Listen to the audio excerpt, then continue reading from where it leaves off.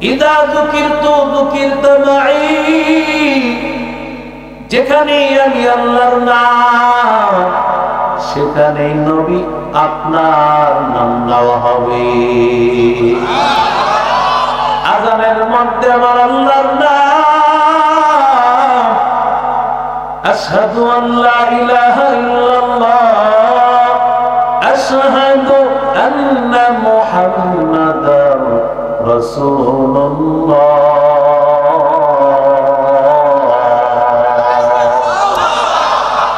আল্লাহর বান্দা, আল্লাহ বলেন ও নবী, আযানের মধ্যে আমি আল্লাহর নাম, সেখানেও নবী আপনার নাম। ইকামতের মধ্যে আমার নাম, সেখানেও নবী আপনার নাম। আযানটা কেমন হয় বাবা? বাংলাদেশে এশারের নামাজ হয়ে গেছে, কোন না কোন জায়গায় এখন এশারের নামাজ, কোন জায়গায় ফজরের নামাজ, কোন জায়গায় যোহরের নামাজ, কোন জায়গায় আসরের নামাজ, কোন জায়গায় মাগরিবের নামাজ। এইভাবে সারা পৃথিবীতে সব সময় আযান চলতেছে। আযানের পর নামাজে ইকামত আছে না নাই? আরো জোরে বলেন আছে। কেমন নবী পেয়েছো ও রাজনগরের মুসলমান?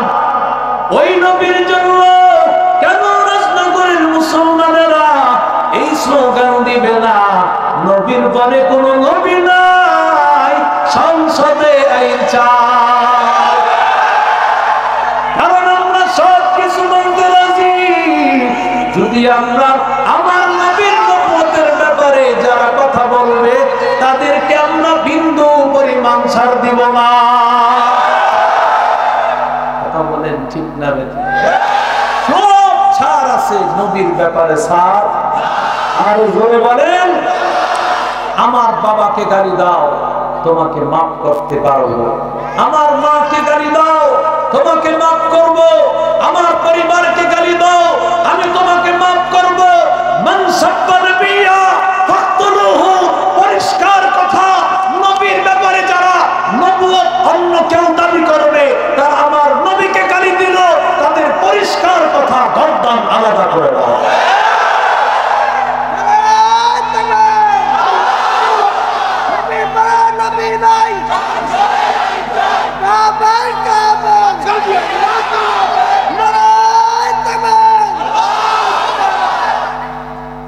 আল্লাহ আমার নবীকে এত সম্মান, এত সম্মান আল্লাহ দিয়েছেন রে ভাই। কত দাম আমার নবীর, কত দাম। রাহমাতুল লিল আলামিন আল্লাহ এত দামি বানিয়েছে। আল্লাহর নবী রাহমাতুল লিল আলামিন আল্লাহ মেরাজে কেন নিয়েছে? মেরাজে নেওয়ার পেছনে সবচেয়ে বড় একটা কারণ, আল্লাহ তাআলা মুসা নবী, ঈসা নবী, ইব্রাহিম নবী, সব নবীকে আল্লাহ বলেছেন জান্নাতের কথা বল, জাহান্নামের কথা বল। কিন্তু আমার আল্লাহ কাউকে জান্নাত জাহান্নাম দেখায় নাই, ঠিক না? মুসা নবীরে দেখায় নাই, ঈসা নবীরে দেখায় নাই, ইব্রাহিম নবীকে দেখায় নাই। কিন্তু আল্লাহ তাআলা নবীকে আল্লাহ দাওয়াত দিয়া মেরাজের সফরে জান্নাত জাহান্নাম ঘুরাইয়া আরশ আযমের মেহমান বানায়া আল্লাহ তাআলা নবীকে জানা দেন, ও নবী আমি আপনাকে সর্বোচ্চ সম্মান দিলাম। ওয়ারাফা'না লাকা যিকরাক, সুবহানাল্লাযী আসরা বি'আবদিহি লাইলাম মিনাল মাসজিদিল হারাম।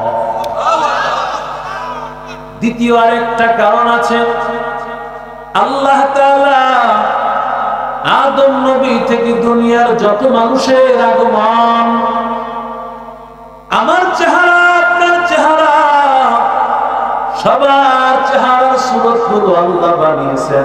আমার আল্লাহ যেমনটা চেয়েছেন আল্লাহ নিজের ইচ্ছায় বানিয়েছেন। কিন্তু নবীর চেহারা আল্লাহ যখন বানাইবেন, নবীর চেহারা আল্লাহ নিজে বানায় নাই, নবীর আল্লাহ জিজ্ঞাসা করেছেন ও পয়গম্বর কেমন সৌন্দর্য আপনি চান? হাসান ইবনে সাবিত নবীজির প্রশংসায় কবিতা আবৃত্তি করে তিনি বলেন পয়গম্বর আপনি তেমন শানওয়ালা নবী, বলিতা তাশা আপনাকে তো আল্লাহ সৌন্দর্য দিয়ে দিয়েছেন যেমন নবী আপনি চেয়েছেন। এরে আল্লাহর বান্দা, আল্লাহ তাআলা আরশ আজিমের মেহমান নবীকে বানিয়েছে।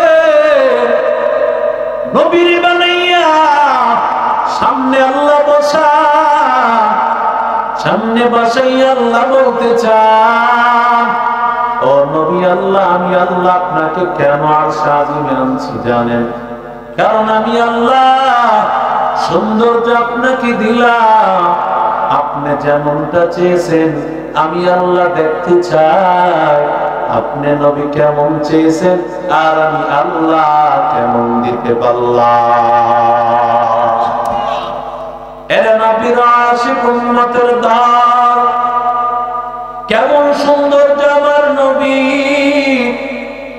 জাবের রাদিয়াল্লাহু তাআলা আনহু পূর্ণিমার চাঁদের রাত যাবে, পূর্ণিমার চাঁদের আলোতে যাবে, হঠাৎ করে একদিন পয়গম্বর সামনে বসা, সাহাবায়ে কেরামের সামনে বসা,